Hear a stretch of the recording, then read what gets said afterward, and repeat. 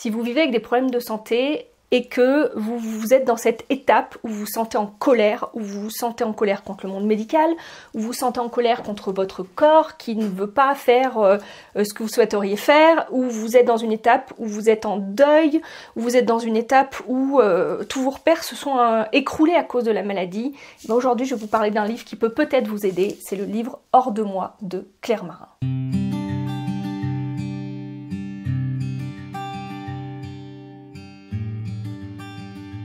Je vous retrouve aujourd'hui pour un nouveau format où je vais vous parler livres, parce que déjà la vidéo que j'avais faite sur les livres, si vous ne l'avez pas vue, je la remettrai là-haut, vous avez bien plu. Et du coup, sur Instagram, quelquefois, je fais des petits story livres pour partager avec vous mes lectures du moment et aussi vous demander vos lectures.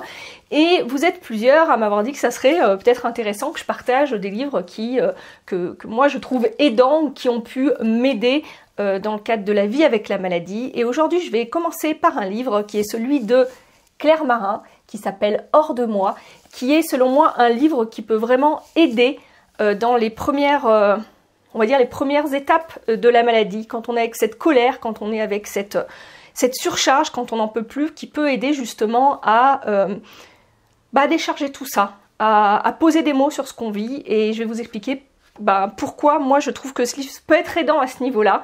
Et je vais vous expliquer les conditions dans lesquelles il peut être aidant et dans les conditions dans lesquelles il ne faut peut-être pas le lire. Voilà, aujourd'hui je vous parle de ce bouquin.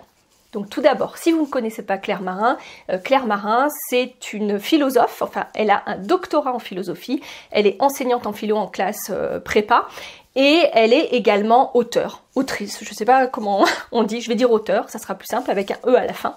Elle est elle-même atteinte d'une maladie auto-immune qui est une maladie qui touche plusieurs femmes dans sa famille. Donc maladie qu'elle ne nomme pas parce que dans son propos ça n'a pas forcément d'intérêt. Et Claire Marin a décidé justement d'axer son travail de recherche en philo sur ce thème-là. Alors plus largement sur le thème des épreuves de vie, mais elle parle beaucoup de la maladie. Alors si vous ne la connaissez pas, elle a Hors de moi, c'est son premier livre, c'est le premier livre qu'elle a écrit qui n'est pas un livre du tout de philosophie, qui est un récit hautement autobiographique, et je vais vous expliquer de quoi ça parle. À côté de ça, elle a écrit en 2008, en même temps que ce livre, parce que c'est un livre qui date, alors si vous ne trouvez pas cette couverture, c'est normal parce qu'il a été réédité depuis, excusez-moi, dans d'autres maisons d'édition. Elle avait écrit en même temps, en parallèle de celui-ci, un autre livre en 2008 qui était plus un essai, on va dire, philosophique sur une réflexion plus philosophique sur la vie avec la maladie. Globalement, comme je vous ai dit, elle s'intéresse plus à tout ce qui est épreuve de vie. En ce moment, je suis en train de lire ce livre-là d'elle qui s'appelle Rupture, sur toutes les ruptures, et la maladie est une rupture dans la vie. Elle a écrit énormément de livres, je vous les mettrai dans la description et puis je vous mettrai quelques couvertures à droite à gauche si j'arrive à les insérer.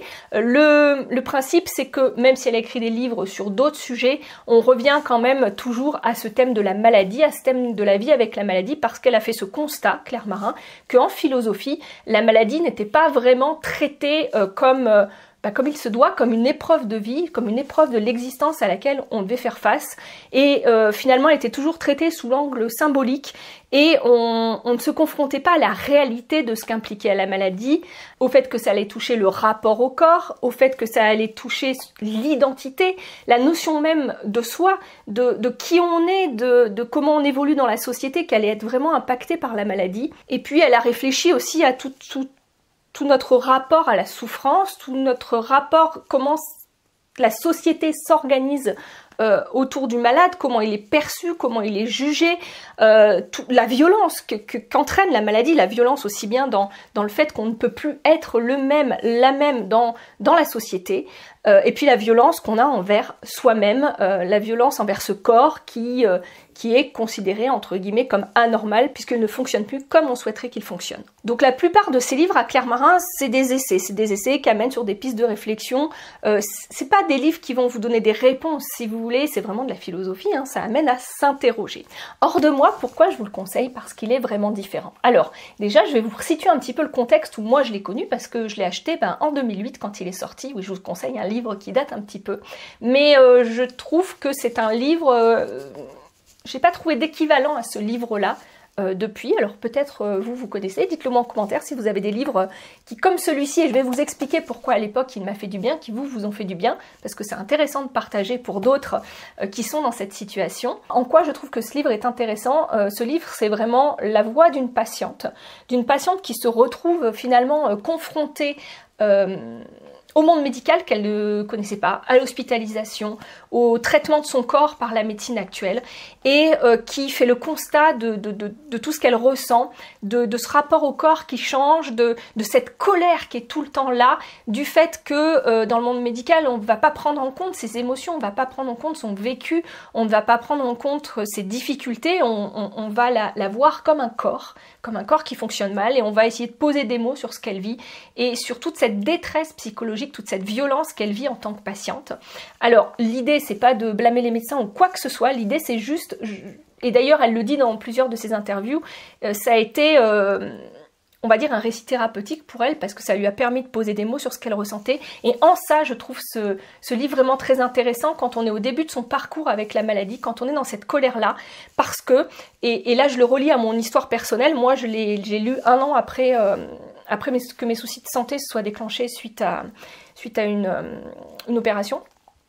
Et j'étais dans ces sentiments-là, j'étais dans cette colère, j'étais dans cette incompréhension face au monde médical qui finalement m'avait opéré en me disant que ça allait résoudre tous mes problèmes, là où j'en avais très peu d'ailleurs, et au final je me suis sortie de l'opération et j'ai jamais pu avoir la même vie, et j'avais cette colère contre le monde médical, j'avais cette colère contre le fait qu'on ne m'apportait pas de solution, contre le fait qu'on remettait même en question ma souffrance et mes difficultés. Et Claire Marin, avec ce livre, j'ai trouvé des mots posés sur mes ressentis, j'ai trouvé des mots posés sur ma colère, j'ai trouvé des mots qui validaient ce que je ressentais, et ça c'est extrêmement important, c'est-à-dire que jusqu'à présent, je pense que vous le vivez peut-être quand vous expliquez ce que vous vivez, que ce soit au monde médical, que ce soit à votre entourage, quand les gens n'ont pas vécu de l'intérieur, ils ne peuvent pas comprendre cette détresse, ils ne peuvent pas comprendre cette souffrance, ils ne peuvent pas comprendre cette violence de cette vie qui s'écroule, et ce livre, finalement, poser des mots sur ce que je vivais, et ça m'a fait beaucoup de bien en ce sens-là. Alors, je ne vous cache pas que je ne l'ai jamais relu depuis, parce que je ne suis plus du tout dans cet état d'esprit de colère et de combat, finalement, contre la maladie. Mais à l'époque, c'est le livre que j'avais besoin de lire. C'est le livre que j'avais besoin de lire pour valider mes ressentis, pour valider ma souffrance, pour valider que j'ai le droit de ressentir ça, pour valider que j'ai le droit, que c'est dur, pour valider que je n'ai pas à me culpabiliser de ressentir ces difficultés, et pour pouvoir finalement reconnaître ce qui se passait en moi, et ça m'a fait énormément de bien. Donc, je vous conseillerais ce livre si vous êtes dans cette colère-là, si vous êtes dans cette détresse-là, parce que quelquefois, qu'est-ce qu'on va essayer de faire? On va essayer de minimiser ses émotions en se disant mais ça sert à rien que je sois en colère, ça sert à rien que je sois triste, de toute façon la vie continue et il faut bien que je la continue. Et certes, c'est vrai, mais quelquefois, quand on est toujours en train de mettre sous silence nos émotions, ça fait comme une cocotte minute, et au fur et à mesure du temps, ça risque d'exploser. D'ailleurs, je vous mettrai le podcast sur les émotions que j'avais fait de Soigne-toi pour que vous puissiez comprendre un peu mieux ce qui se passe. Mais le souci, c'est qu'avec toute cette mode de développement personnel, de je travaille sur moi, de je pense positif, j'essaye de faire du mieux que je peux, alors c'est bien, mais sauf que des fois ça amène à nier ce qu'on ressent. Et quelquefois quand on sent qu'on ne peut plus, quand on sent que là c'est bloqué, quand on sent qu'on n'y arrive plus, quand on sent qu'on est au cœur de la tempête, lire un livre qui valide ce qu'on ressent, lire un livre qui aussi permet de poser des mots, ça permet aussi de lâcher ça. Ça permet de reconnaître cette colère, ça permet de poser des mots, et ça permet surtout de l'apaiser, parce que le fait de la reconnaître, ça va être finalement comme si vous disiez tu as le droit de ressentir ça, c'est normal de ressentir ça, et rien que le fait de dire c'est normal de ressentir ça, ça permet de vous apaiser. Donc voyez dans quelle situation vous êtes, mais moi je trouve que ce livre fait du bien là-dessus. Alors si vous êtes ok avec tout ce que vous vivez, ne lisez pas ce livre, mais si vous êtes dans cette étape de colère et à toujours essayer de vous forcer à abaisser cette colère, et ce livre, il peut faire du bien parce qu'il peut déclencher des émotions. Je vous conseille de le lire avec la boîte de mouchoirs, parce que du coup, c'est sacrément des déclencheurs sur plein de choses que vous vivez. Ça va vous faire écho. C'est vraiment un livre qui fait du bien à ce niveau-là, parce qu'il valide vos ressentis. Je sais pas, la 4e de couve du livre depuis qu'il a été réédité. Mais à l'époque, je sais pas si on le voit bien, mais il est écrit, non, ça doit apparaître à l'envers, les choses n'étaient pas prévues ainsi. Les choses n'ont pas été prévues ainsi. Et pour vous lire un petit extrait, pour que vous voyez un petit peu le ton du livre, en plus c'est extrêmement bien écrit.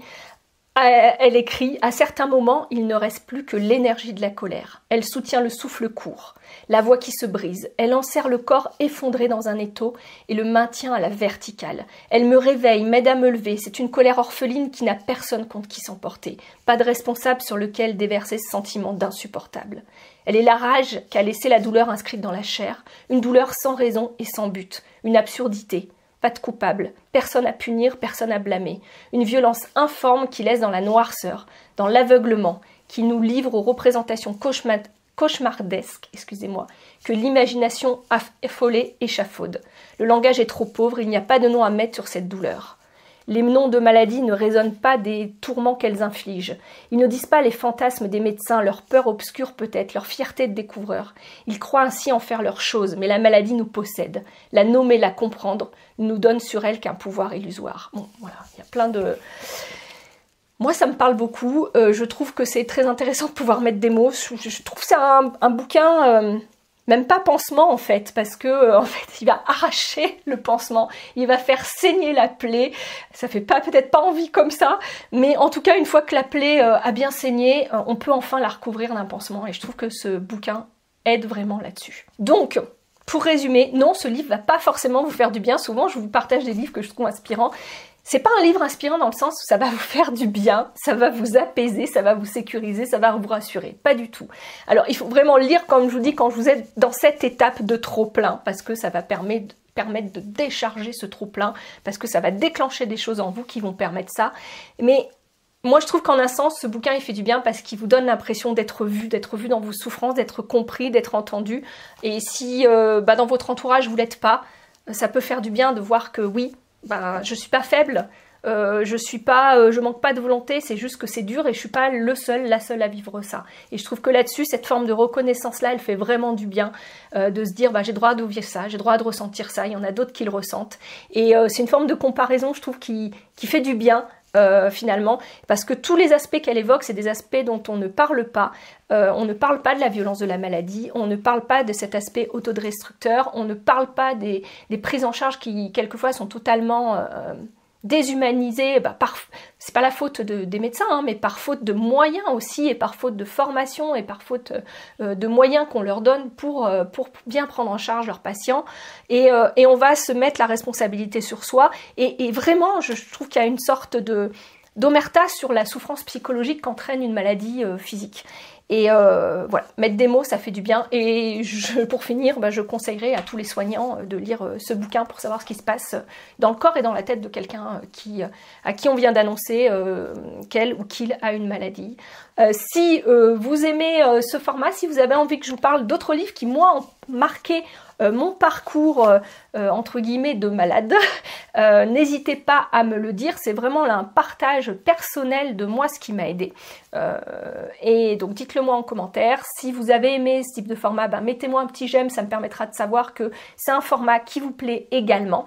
Et je vous retrouve bientôt pour d'autres formats vidéo. Et la prochaine fois, si je continue ce format livre, je vous parlerai de livres inspirants et qui font du bien parce qu'on en a bien besoin. Je vous dis à très bientôt et d'ici là, prenez bien soin de vous. Au revoir.